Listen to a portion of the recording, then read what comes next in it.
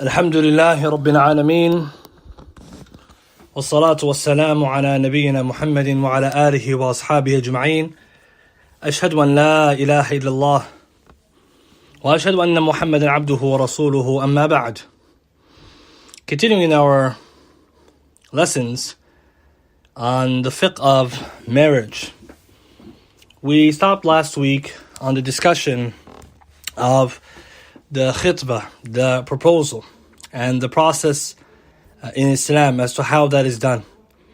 And so what we'll do, inshallah, we'll go from there, and we'll begin from where we left off.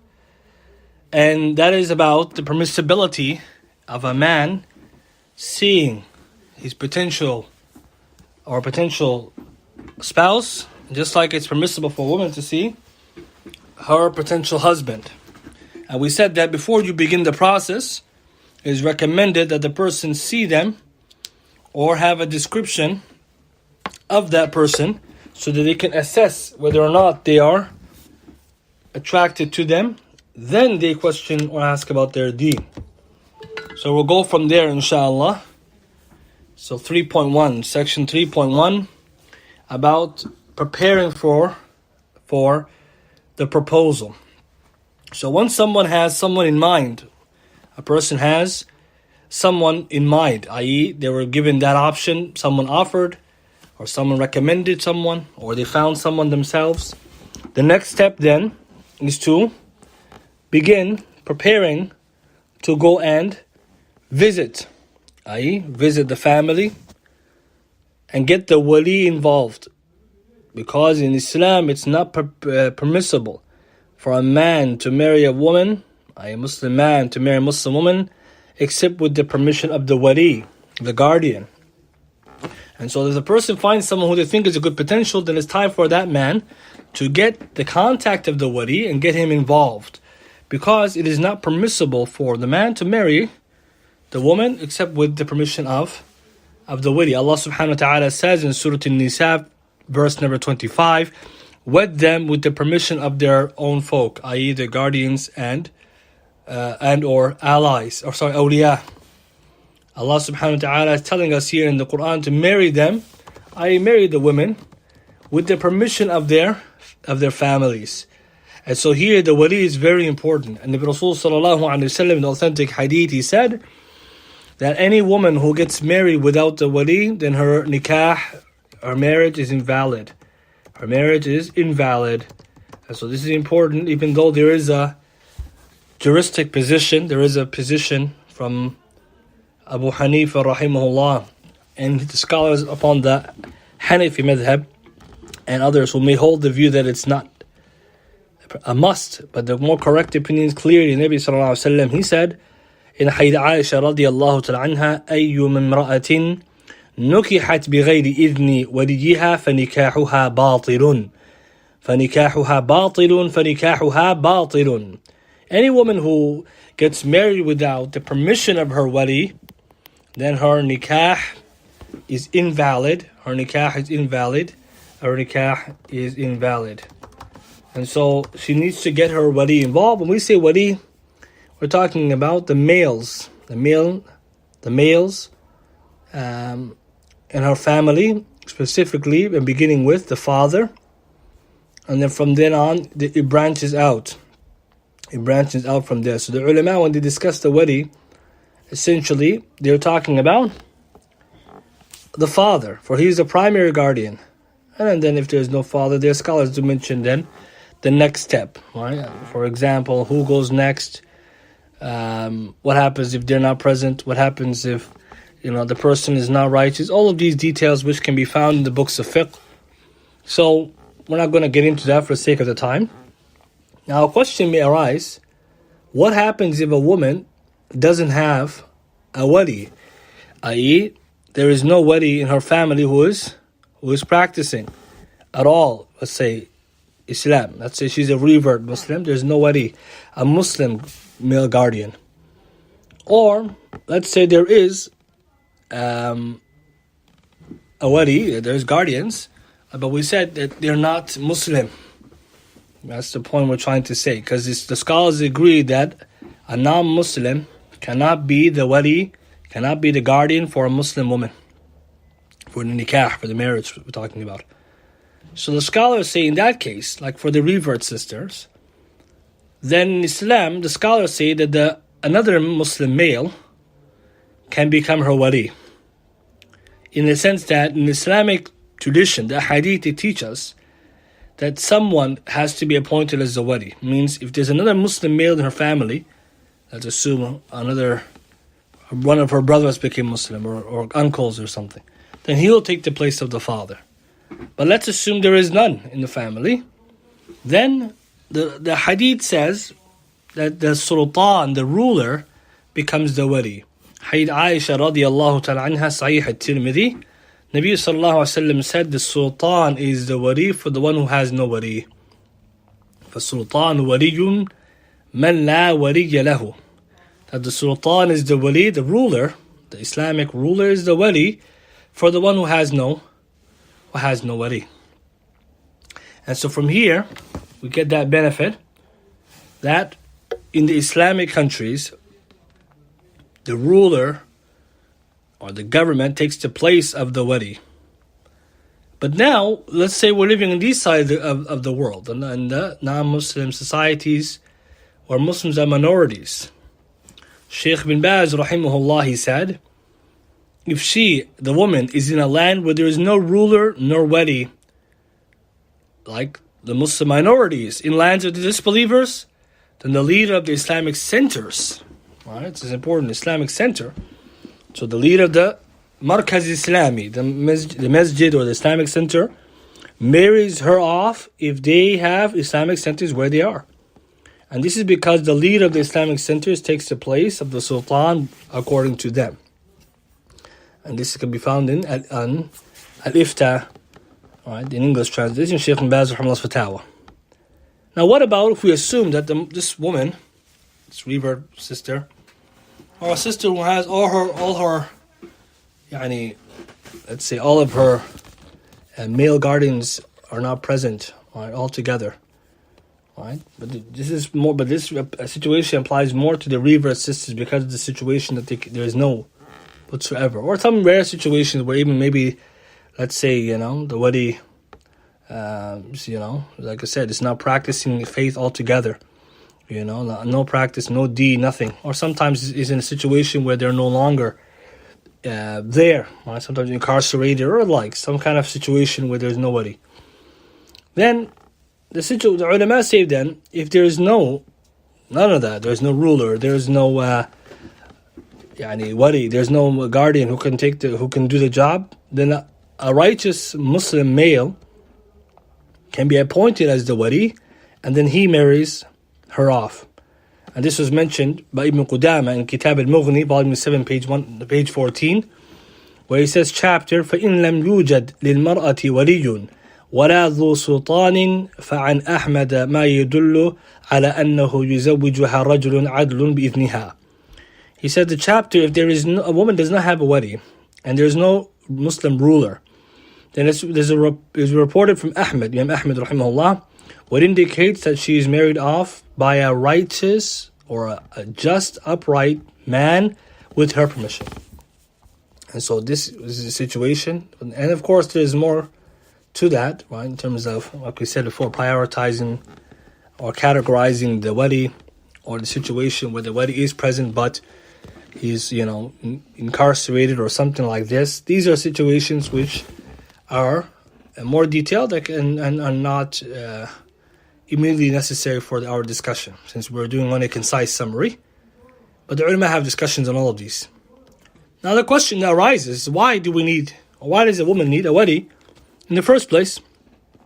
Some of the madahib, like I said, some ulama, which is say scholars, they may hold the view that it's not necessary. Or some people may ask, right, from any of the Muslim community or non-Muslim community, why do you need wali? Why does a Muslim woman need a guardian? So in Islam, it's very important to understand this. In Islam, the wali, the guardian of a woman, is needed in marriage to protect a woman from being exploited and to ensure that her best interest is protected at all times. And this is because we know men, they know other men best. So if if a woman tries to get married to a man without a wali, a guardian, she may get deceived by a suitor, right, who may come to her pretending to be what he's not. And how many times this actually happens? Someone will come to her, a Muslim male appears to be, mashallah, upon the deen, seems to be capable, seems to be righteous, and then the reality turns that he's not good. He's a fraud. Shaykh ibn Uthaymeen writes, rahimahullah, it is possible that a person from the most wicked of people comes to a woman and deceive her by praising himself and making himself appear above people in wealth, complexion, mannerisms, and religion. But in reality, he's the most wicked of people and the most base of them. So he deceives her on account of that.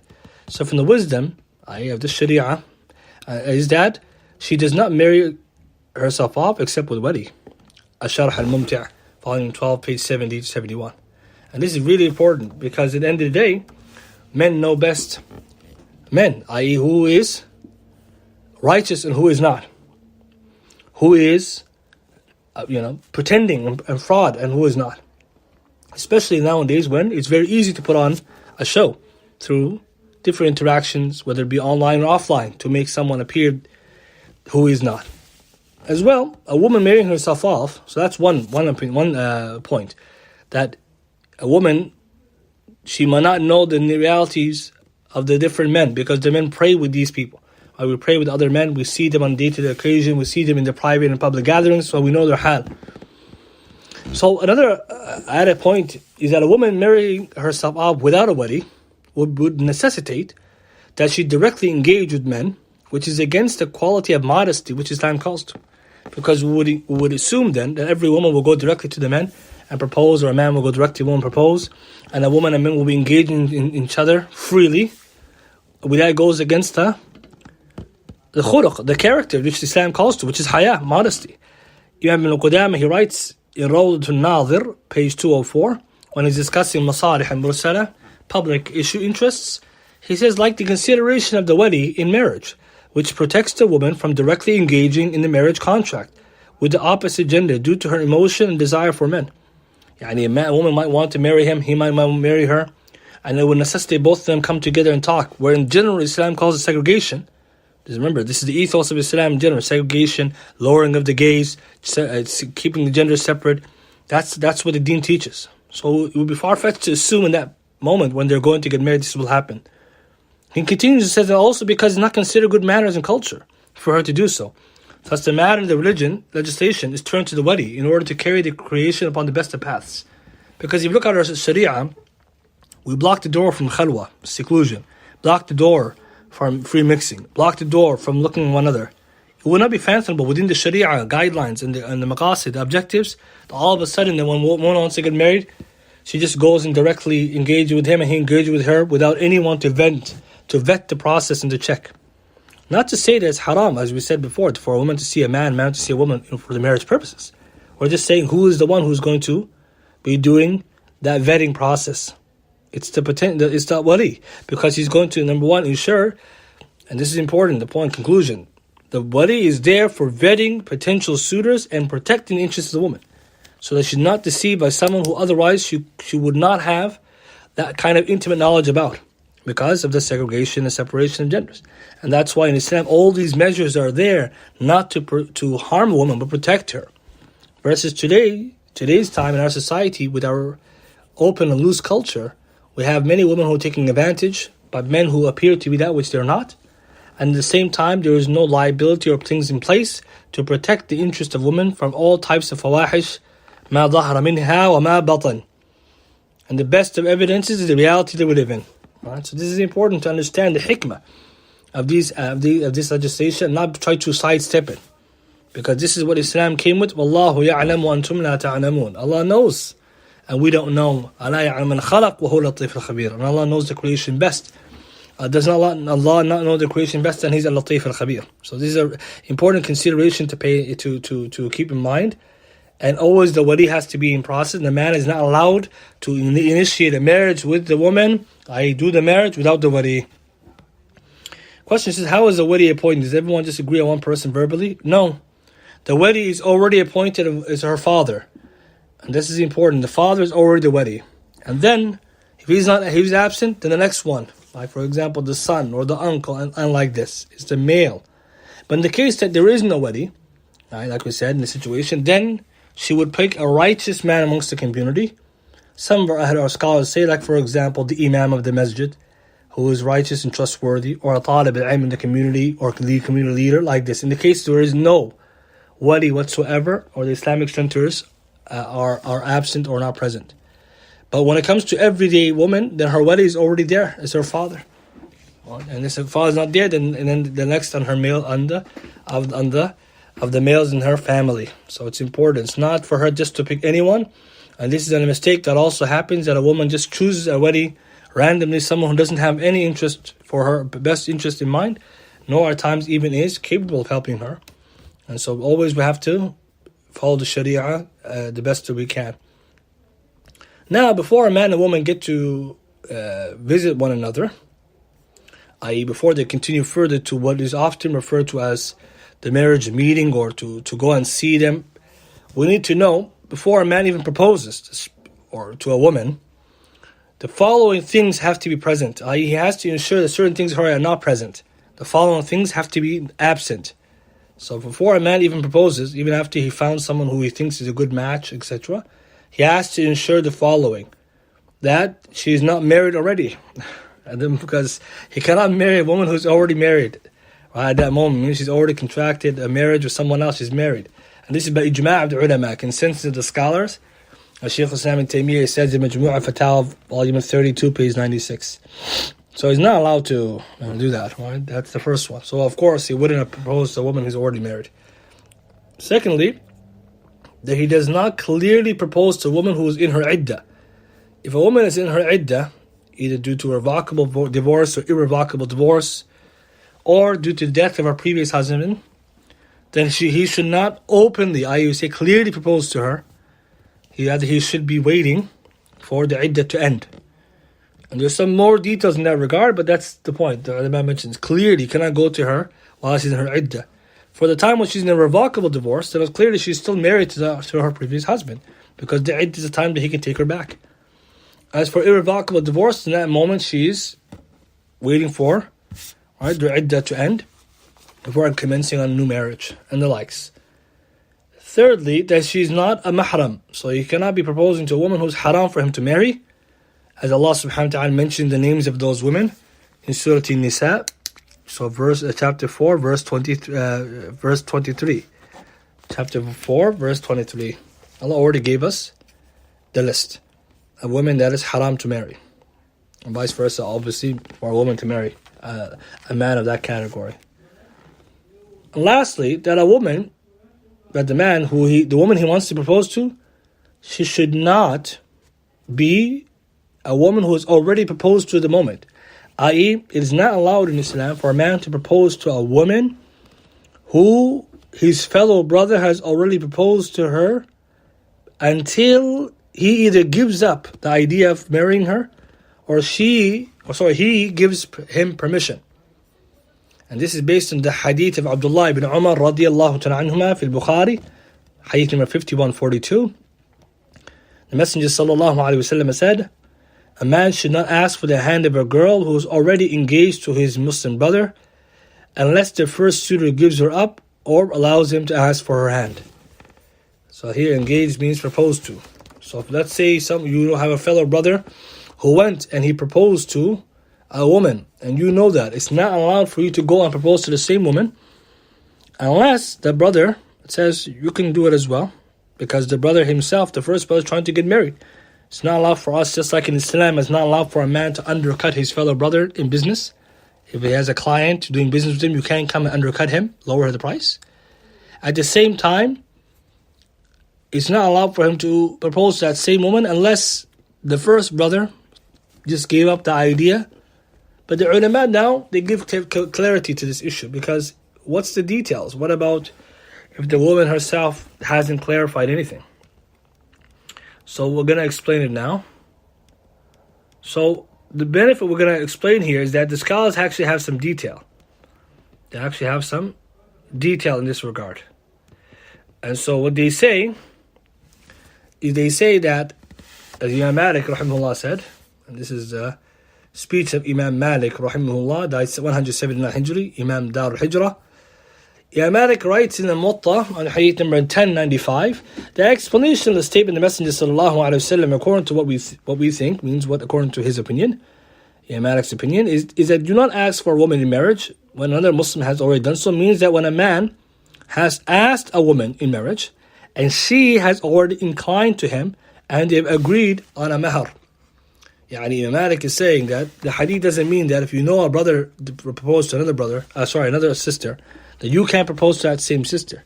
The hadith is only carried to mean that you know the brother already got the answer from the sister that they're going to get married. They already agreed. You can't come along now and make trouble and say, how about consider me as well? Because she's already made an agreement with him. He adds the point they have agreed upon mahar, although many scholars don't add that part. And what she has suggested and what they mutually satisfied, it is forbidden for another man to ask for that woman in marriage.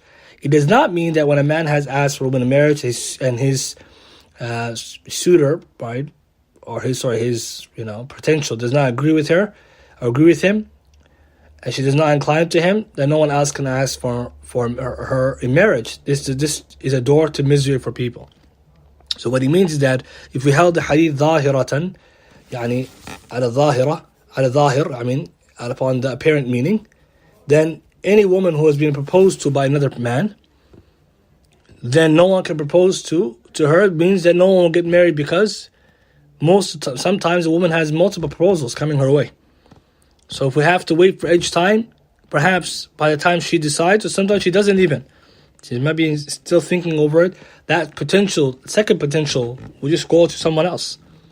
So the ulama, they explain the hadith to mean that it's not permissible for a man to propose to a woman who has already agreed, i.e. engaged. Engagement in Islam means agreement to get married. She's already agreed to marry someone else. He can't do that because that's going to lead to breaking the first agreement. And the proof for this is the hadith of Fatima bint Qais, may Allah be pleased with her. When she was ready to get married, Muawiyah radiallahu ta'ala anhu came to her to get married. And Abu Jahm radiallahu ta'ala anhu came to get married to her. And Nabi sallallahu alayhi wa sallam, knowing that both of them came, he added a third and said, you should actually consider him Usama. Hadith al-Muslim. So if the hadith meant it just was taken in apparent meaning, then why did Rasul sallallahu alayhi wa sallam allow that? And why did he not only allow it, he actually added a name? So the scholars then, they said that you can categorize the situation the following way. Number one, if she was proposed to by a man and she rejected him, then of course it's permissible for another man to propose to her. The second is that if she accepted the suitor, so one man came, she accepted, it's not allowed for someone else to come. It's clear. The first one is that she rejected him. This is open doors. There's no problem for him to propose. But if she accepted the proposal of another man, it's not allowed for another man to come and try to come between them. The third category, as Ibn Qudamah mentions these in Al-Mughni, is what happens if she didn't give a yes or a no. It's maybe the case. Sometimes the sister either said it indirectly, she might have said something, or anything, or sometimes she didn't say anything because she's thinking about it. Here, his view was, Ibn Qudamah, that in this case it's still haram. She didn't make up her mind yet. But Hafiz ibn Hajar actually doesn't agree. In Fath al-Bari, volume 9, page 199, Ibn Hajar says, rahimahullah, if she does not reject him nor accept him, then it's permissible. Still permissible. There's no yes or no. Because of the hadith of Fatima bint Qais. Because Muawiyah came, Abu Jahm came, so as two people, Nabi sallallahu alayhi wa sallam didn't detest them. Had it been wrong to come to a woman who's already been proposed to prior, Nabi sallallahu alayhi wa sallam would never have suggested Usama as a third. So Amr then becomes clear then that provided the sister did not accept the man, it's allowed for another man to propose. But of course the brother before proposing should have all these details clear to him. You should know that she's not a mahram, that she's not already previously married, that she's not in iddah at the moment, all these information. Tayyib. Alright, now, still in the same section about preparing for the proposal. Point number 5. In preparing for the meeting, or to go and see the woman, i.e. because we said prior that it's allowed for him to see her or to hear about her description from someone trustworthy like his sister or mother prior, and then pursue it. But he wants to go and visit them, right, to have more details. So before he goes there, the question now is it allowed for either party, the man or the woman, to adorn themselves before the meeting, the marriage meeting? So this is something the ulama speak about. For the men, then some of the Salaf, they prefer that a man does not dress himself up and before he proposes to a woman. Interestingly, some of the Salaf, they held the view that a man shouldn't wear his best clothes and best, put oil in his beard and all these kind of things. It's narrated from Ibn Tawus that he said, my father Tawus, right, the student of Ibn Abbas, the great tabi'i, he said, Ibn Tawus said, my father Tawus said to me told me about a woman that he wanted me to marry. Or I told him about a woman that I wanted to marry. So he said, go and look at her. So he said, I wore my clothes. This is Ibn Tawus saying that. I put on my good clothes, oiled my hair, I adorned myself. And then when my father saw me, Tawus rahimahullah, he saw me in the state that I was in, he told me, sit down. And he disliked that I go out in that condition. This is reported in Musannaf Abdul, volume 6, page 157, with the isnad sahih, authentic chain. So interestingly, some of the Salaf didn't like that because they held the view that it would be a distortion of who he really is, or how he really appears. And the same argument, actually, as we'll see soon, actually applied to the woman. Similar discussion. Because when you're going to see someone to get married to, you want to see them as they are. Because when you get married to them, and they appear to you in an adorned for appearance, once you get married and take off all the adornment, you're going to be left with their real person. You see? So here, some of the Salaf, this is one. However, other scholars say that there is no prohibition for a man to adorn himself because he's going to propose to a woman, number one, so that she can look at him. And so he wants her to see the best version of him. And number two, he's also trying to get her to marry him. So he's trying to convince her. So it wouldn't be helpful if he came in a very rough appearance. Imam Ibn Qattan al-Fasi, died 628 Hijri. Ibn Qattan al-Fasi, he says that if a man proposes to a woman, is it allowed for him to intentfully display his merits and charms, which is not allowed for him to display to her had she not been proposed to, such as utilizing good clothing, using the miswak, kuhul, dyeing his hair or beard, or making, walking in a good way or a strong way, or coming with a nice riding animal, the likes? Or is it just not allowed, except whatever is permissible in general for people to do when they go outside? He says, this is a questionable matter. He says in mawdu', it's a position where there's nadar, there's some kind of questionable discussion, dispute. But what is apparent, he says, according to him, is that it's allowed for him.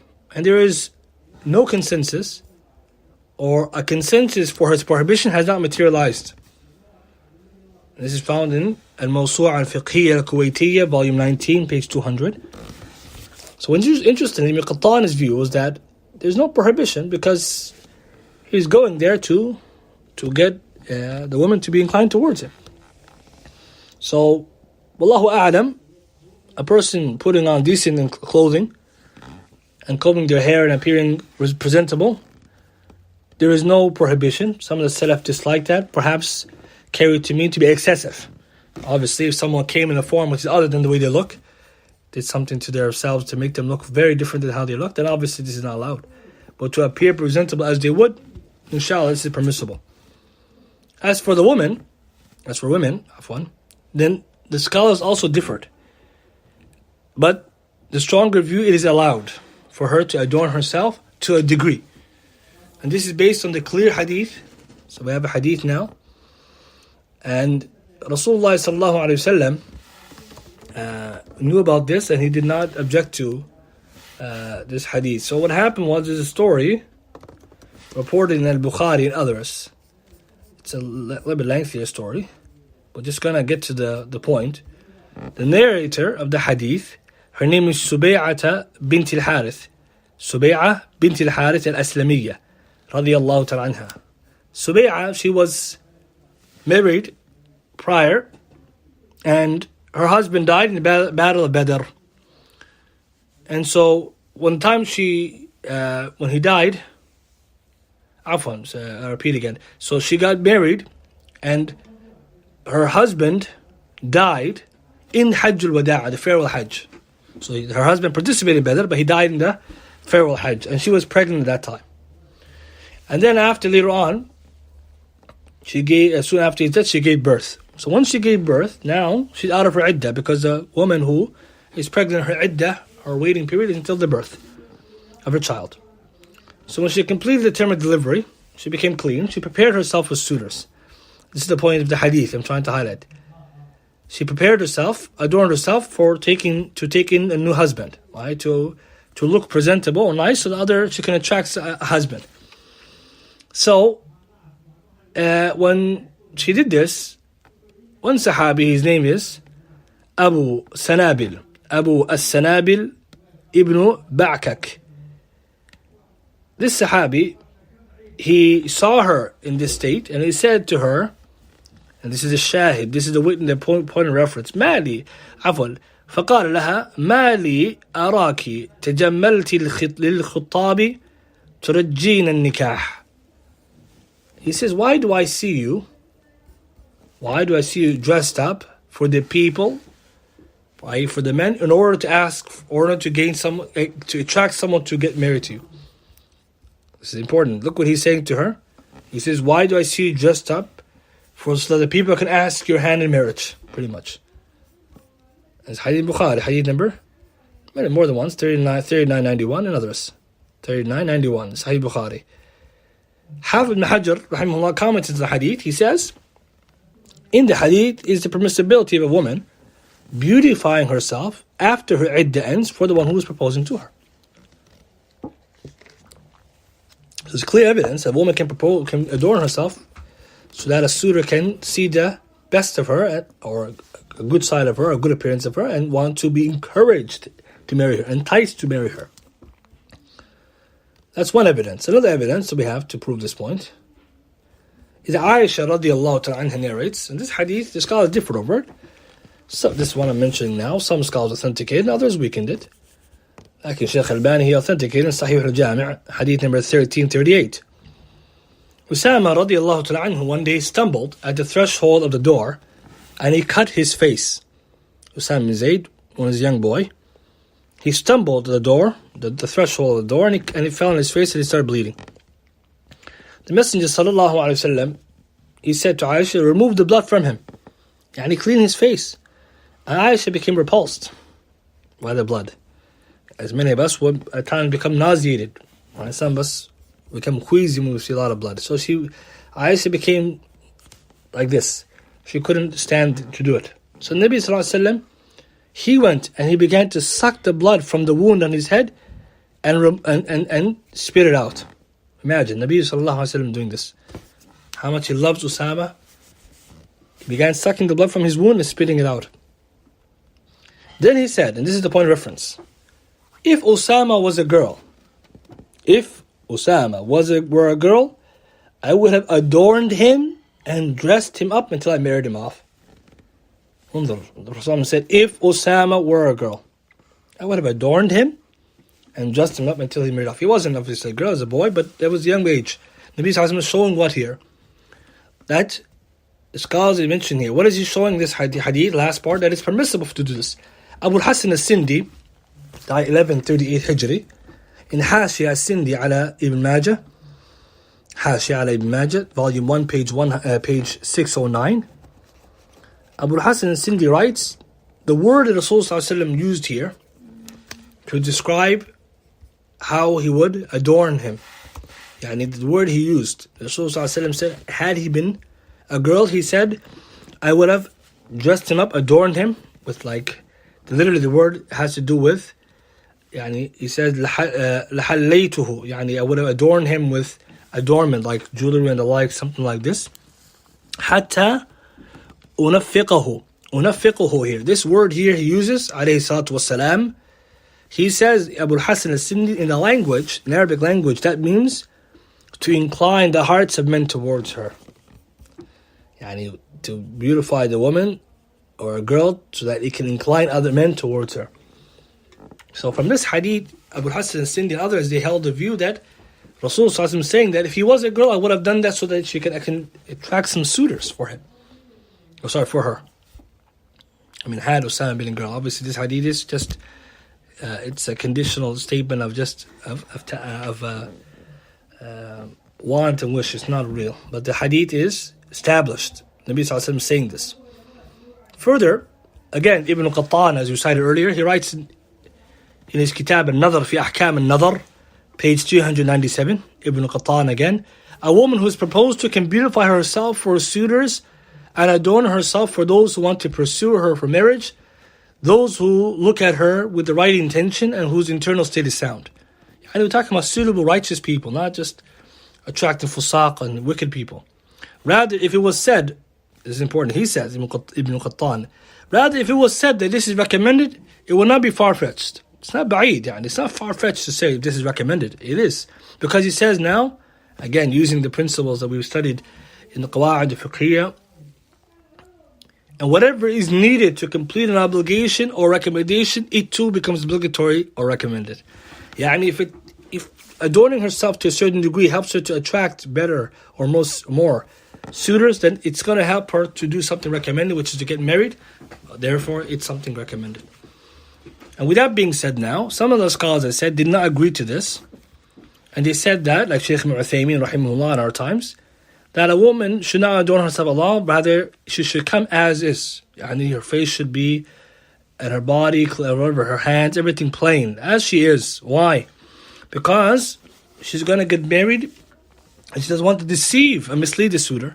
Because if he sees her only in the most adorned form, especially if she uses makeup and the likes, then after he engages with her or gets married to her, and he will see her without it, he will feel deceived because he did not get the chance to see her in her natural beauty. And so this was the Shaykh's view, rahimahullah. So perhaps, wallahu ta'ala a'la wa a'lam, the scholars who have these various views, what seems to be correct is if it's specifically makeup should be avoided, because we know what it can do to alter the natural image of the woman. But carrying the hadith of Subay'a earlier mentioned, and the position of Ibn Qattan and other scholars, is that if she uses things like kuhul, right, or dyeing her fingers or her hands, or wearing some jewelry, that inshallah, which is not excessive, inshallah is permissible. But things like makeup which would change and alter the image, because you cannot, a big difference between how she appears with full makeup or a lot of makeup versus how she is, it's better to avoid the makeup. And that's what Shaykh Uthaymin mentions, and he's not the only one. Even Shaykh Al-Albani, rahimahullah, another of his fatwas, he mentions, discusses this point. And so, to keep it moderate or dormant, wallahu a'lam, it seems to be the safest and the more correct way. Same, so both men and women come moderately adorned, not excessive.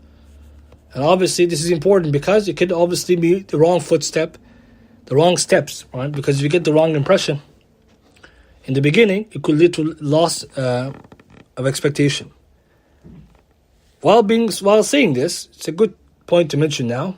As for a man seeing, or a woman sending a potential husband, pictures of herself, then this is haram in Islam, haram.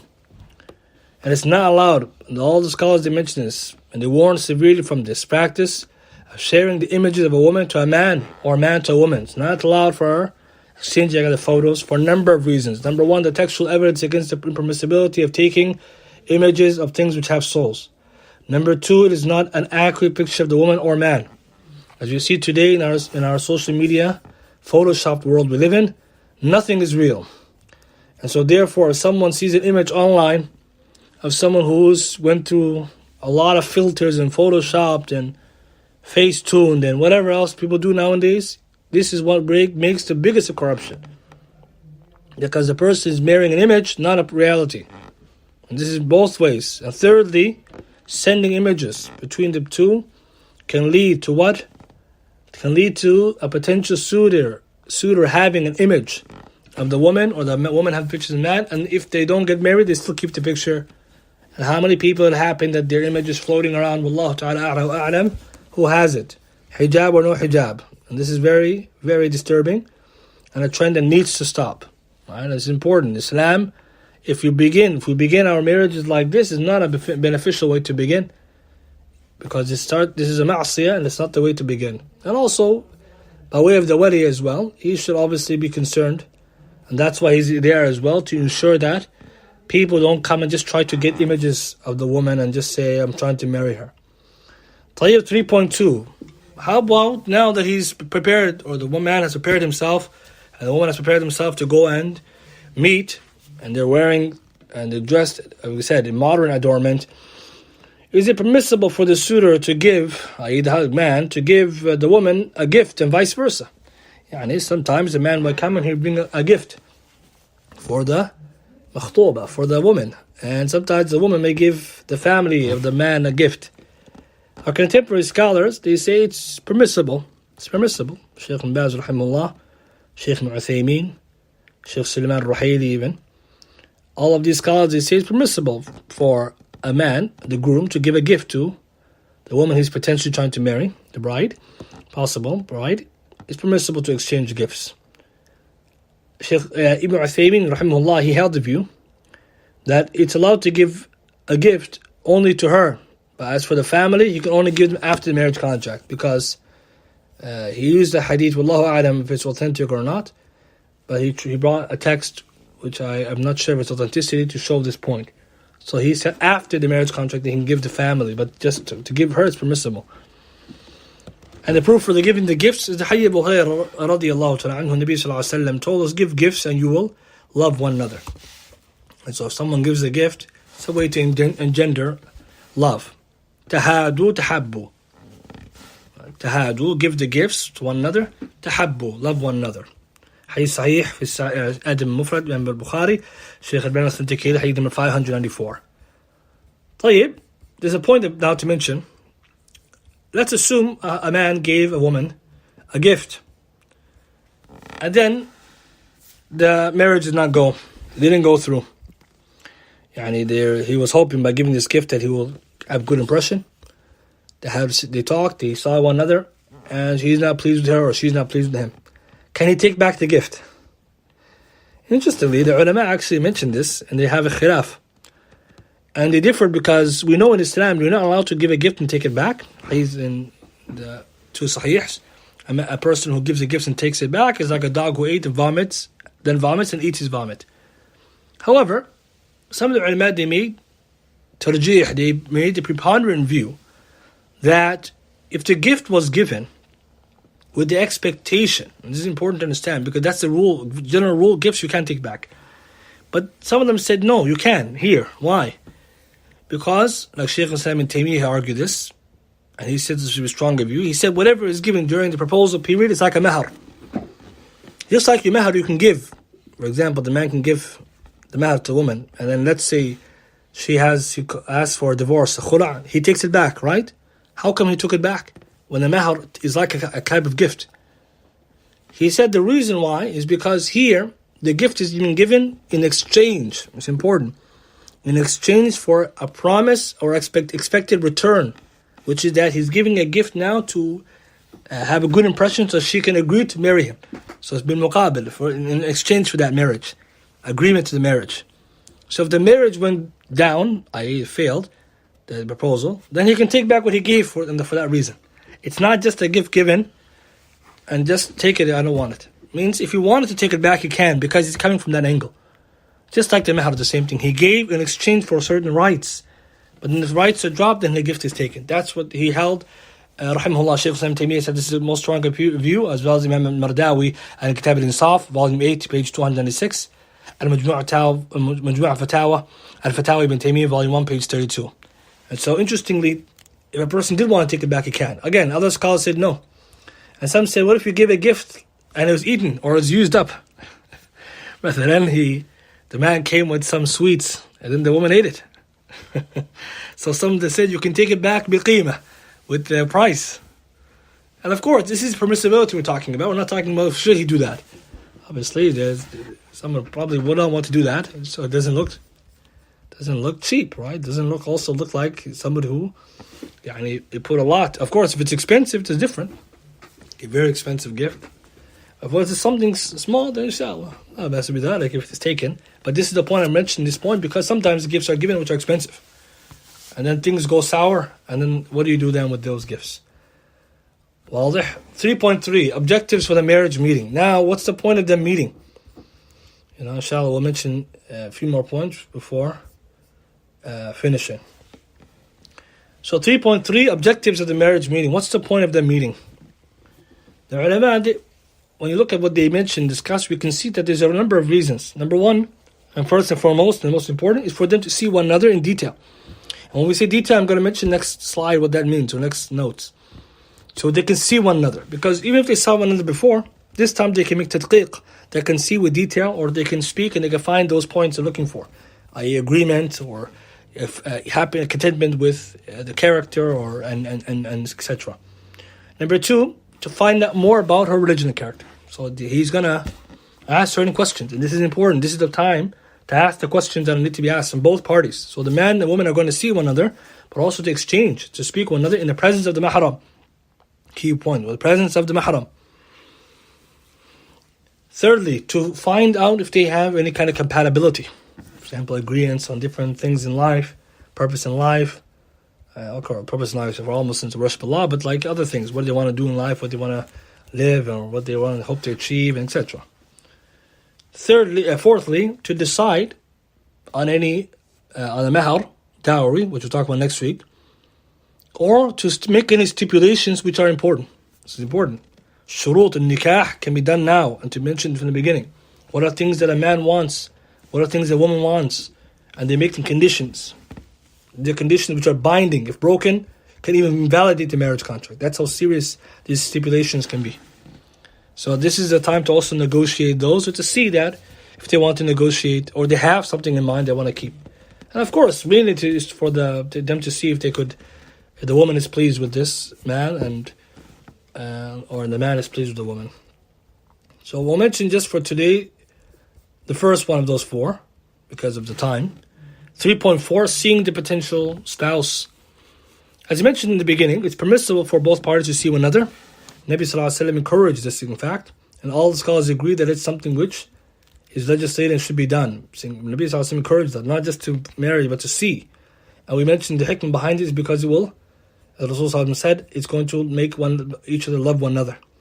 As he said, فَإِنَّهُ أَحْرَى أَنْ يُؤْدَمَ بَيْنَكُمَا. Because seeing one another is more likely that it will create love between one another. So it's important, it should not be ignored. Now, the scholars all agree to this recommendation and to sunnah. The problem now is, the difference opinion came, how much can he see of her? And how much can she see of him? Yani, they come, the husband, or the groom, the suitor comes to the door. How much is he going to see of the woman? How much is the woman going to see of him? I'm talking this is in the house. Usually this happens. When they meet the first time, even though it's not stipulated, it has to be in the house, but obviously should be in place where the mahram is, and a place where it's suitable. That's why you find the setup, they would do this. Usually things happen in the house, but it's not limited to that. It could be whatever they agree, provided it's a halal place to meeting. So the question now is, and this is important, that they're not meeting alone. Awalan, no khalwa, no seclusion, and has to be the wali, i.e. a mahram.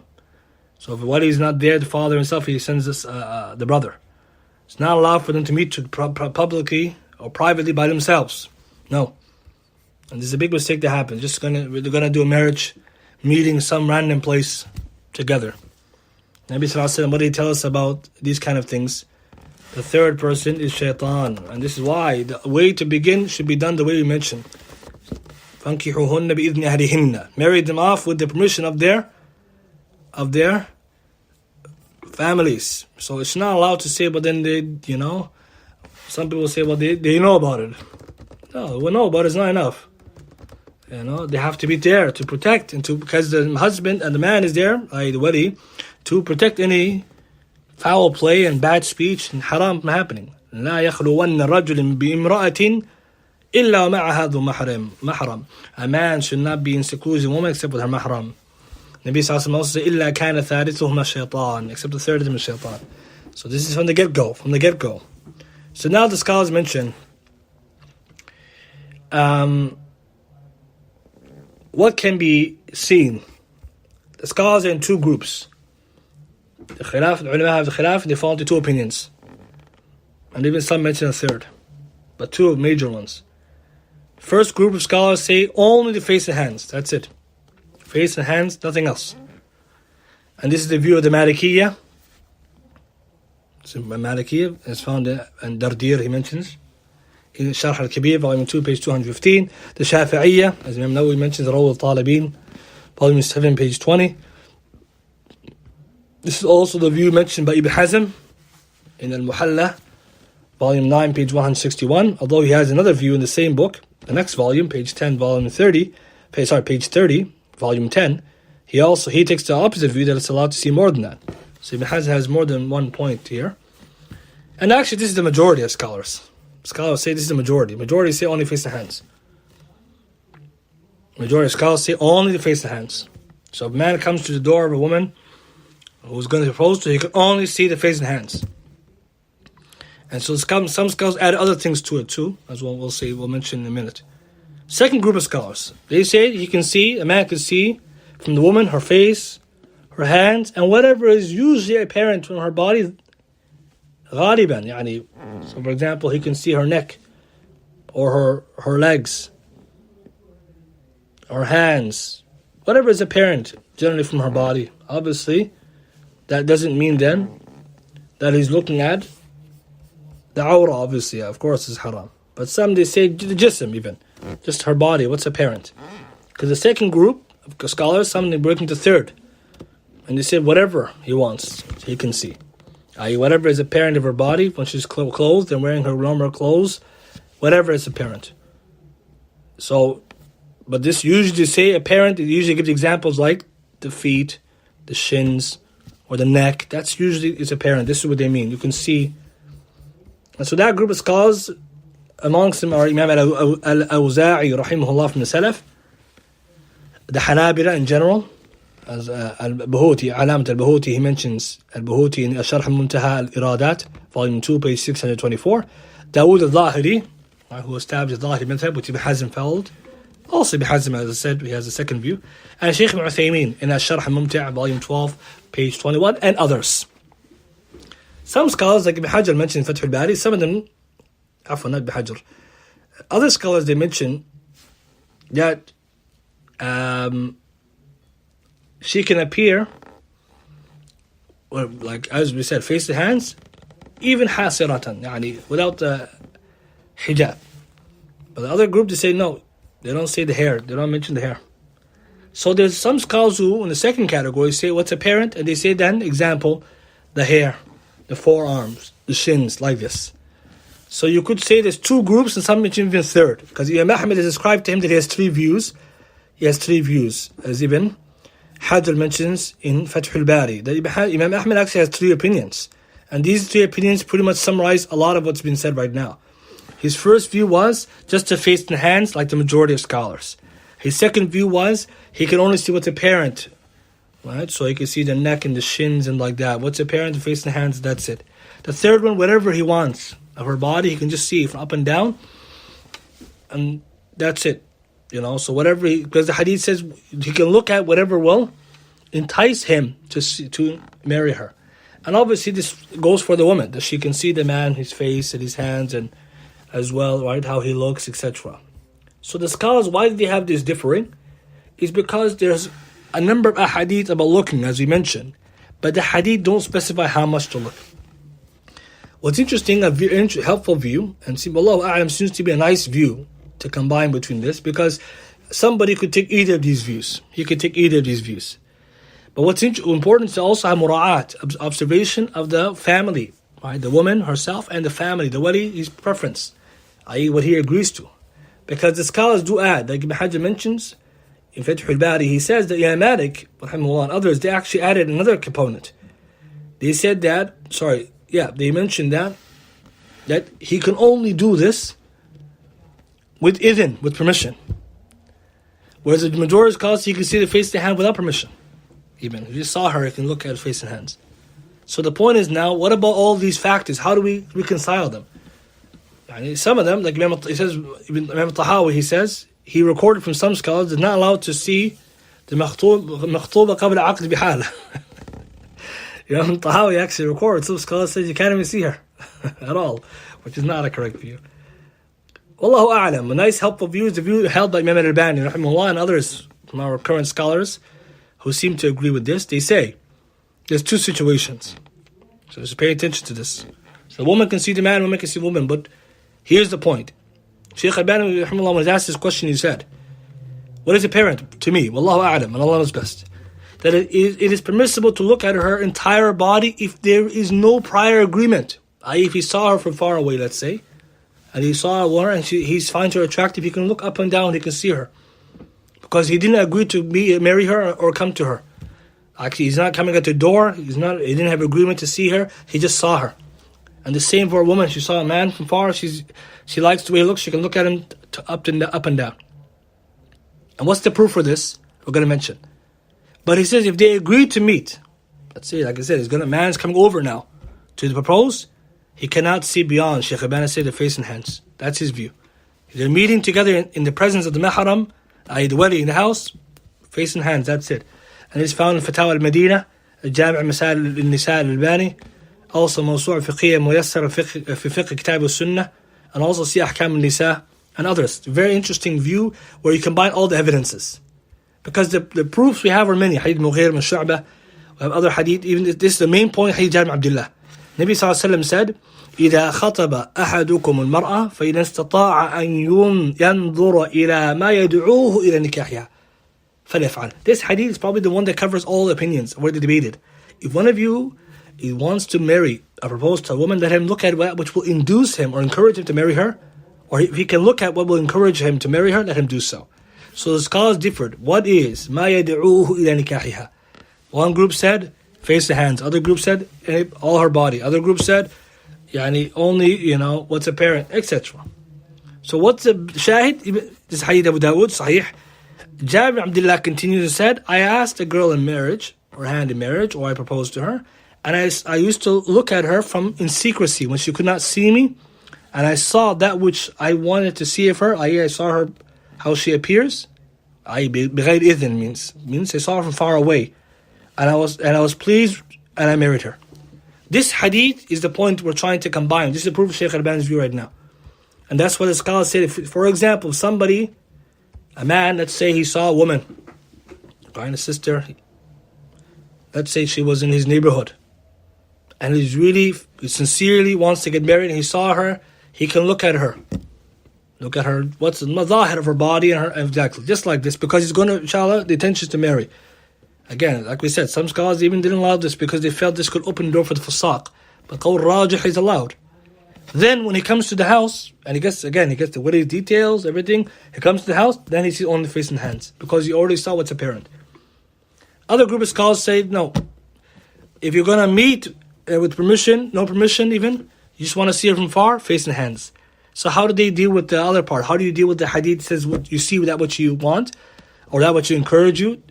They mentioned, some of the scholars, that you can go and send someone, like your sister or your mother, to go and see her and describe to you, because they say describing a woman to you, a woman being described to him who wants to marry by a mahram, his mahram, is permissible. They say because this is a need. So for example, the mother or sister can go and sit with her, talk to her and tell her, okay, her hair is like this, and her body is like this, and he gets that what she needs. Wallahu a'la wa a'lam. And this is important to take all this into consideration. Why? Because this person may hold one view and the family may hold another view, so they need to come to terms which they agree upon. That's what's key. They have to come somewhere where they agree upon. So there's no point of being excessive or trying to force something, but a man has the right to see, just like a woman has the right to see. So she too can see, and it's not allowed for either party not to see, because it's important for them to have clarity upon who they're going to get married. Next week, inshallah, we're going to mention more about topics like, can they see one another more than once? For example, is multiple marriage sittings allowed? This is something people say is allowed. You can sit down as many times as you want. What's the ruling on that? How about, for example, you already sat, you want just want to feel like sitting again. You like to sit with her, she likes sitting with him. Is that allowed? How about talking on the phone and messaging? Is that allowed? And going out to buy stuff together while in this process. Last point I want to mention, Sheikh Al-Bani interestingly mentions, and that's a nice point. One of his students relates from him, the Sheikh, after he mentioned the disposition, explained it. He says, from the things which are very strange, right? Many Muslims today, you find them, that they allow the khatib, suitor, to look. They don't allow the suitor to look at his daughter, who they want, or the daughters he wants to marry, the daughter he wants to marry, or a young girl he wants to marry, even if it's just for a very short look. But what's more surprising, the Shaykh said the same daughter who the wali doesn't want, the suitor who coming to do halal to see her, is walking the streets uncovered, no hijab shar'i, and the wali is okay with that. So that's actually something which the Shaykh mentions to remind us of that issue. Tayyib, inshallah, we'll take any questions since the time is limited.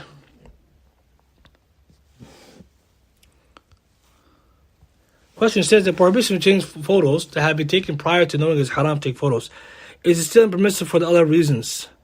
So if someone has a picture taken prior, before they knew it was haram, they delete it. Therefore there's no picture.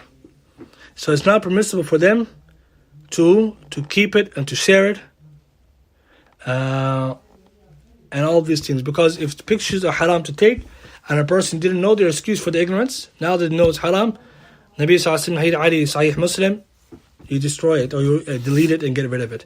So exchanging these photos which are before is not allowed still. Same considerations. Why? Because if it's online, let's say someone posted a picture of you, or you posted before you knew it was right, then you exchange it still. There's no difference. The person now will have this access and they will use it or share it with others. So it still comes to the prohibitions. And at the same time, a person should actively try to delete them if they can, for Allah's sake, so that no one can have that. طيب, anyone else have any questions?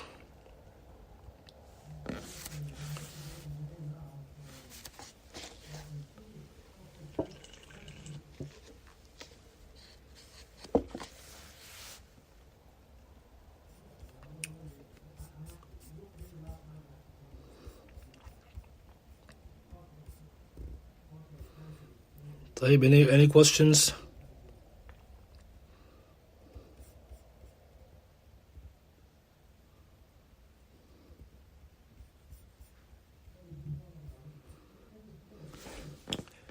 طيب, inshallah. So next week we will go from this point on about the actual proposal, explaining the next steps of some of the questions that are raised at the end, bi'idhnillahi ta'ala. And from there we'll go on to things like conditions, the mahar, and also the next steps after that. For example, how is the proposal accepted or rejected according to the sunnah? What to do once somebody has received the proposal, before they make a decision, etc. And so all of these points, we'll take them as we continue. I believe it's about salah time now. And if there's no more questions, we'll end with this much. سبحانك اللهم وبحمدك أشهد أن لا إله إلا أنت أستغفرك وأتوب إليك.